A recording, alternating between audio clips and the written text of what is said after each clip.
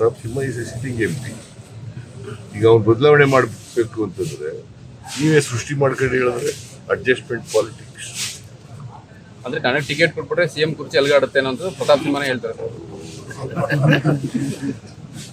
2 ಸಾರಿ MP ಆಗಿದ್ದಾರಲ್ಲ, ನಮ್ಮ ಕುರ್ಚಿ ಅಲ್ಲಾಡಲೇ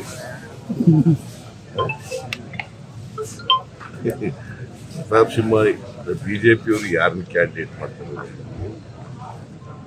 ಅದು ಪ್ರಶ್ನೆ ಅಲ್ವೇ ಇಲ್ಲ. ನಾವು BJP ಸೋಲಿಸ್ಬೇಕು.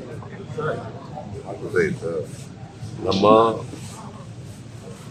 ಜನ ಪರವಾದಂಥ ನಮ್ಮ ಕಾರ್ಯಕ್ರಮ, ಬಡವರ ಪರವಾದಂಥ ಕಾರ್ಯಕ್ರಮ, ಅದ್ರ ಮೇಲೆ ಅವಲಂಬನೆ ಆಗಿದ್ದೀವಿ.